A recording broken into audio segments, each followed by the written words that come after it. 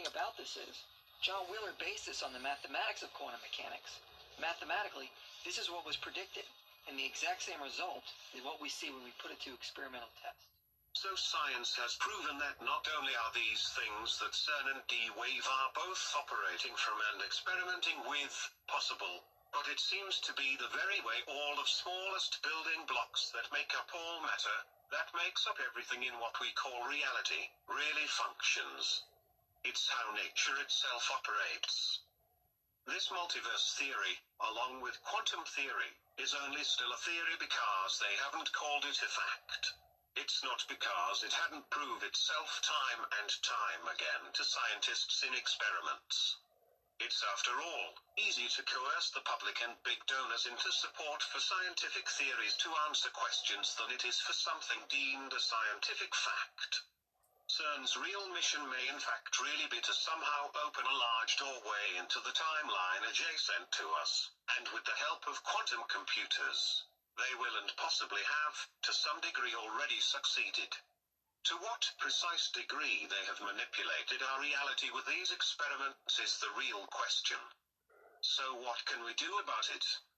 Our ever-growing resistance to the elite and their plans for a global one-world government, market and currency perhaps must be re-evaluated. You see, they could simply, using these scientific experiments and computers, literally undo whatever actions taken in the so-called past that prevented their goals and subsequently shape and mold the future or reality they desire. Another possibility is that they could simply move us completely from one timeline into another that closely matches our previous one with very small differences. Both would cause this Mandela effect. So, what can we do about it? Unfortunately, this isn't science fiction any longer. Brute force may in fact not be the answer, it actually could be the worst. What is the answer could very well be our mind. You see, our imagination is the key to all of this. We are the Noah mentioned earlier. We are the conscious observers that breaks down the waves of possibility into what we call physical reality. Our collective belief may in fact be our greatest weapon. How can we use it to change the world? We may just all want to sit down and in a quiet room or laying in bed, shut our eyes and in our minds, construct our world from the idea that elite do not run our world. Imagine such a world regardless of all the facts to the contrary on the outside, formal beliefs or constraints. Be free and let your imagination free and construct a world without the elite. Give this imagined world all the tones and descriptions of reality our imagination can conjure.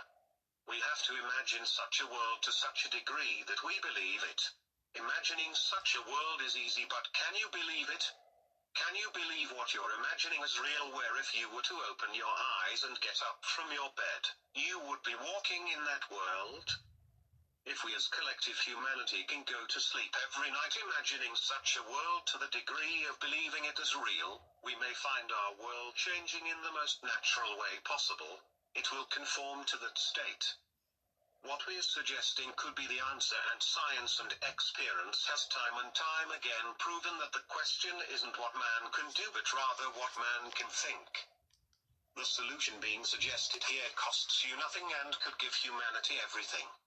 We can go on doing what we've always done, or we can all, together, try something new and in time, prove to ourselves that we really are the saviors we've been waiting for.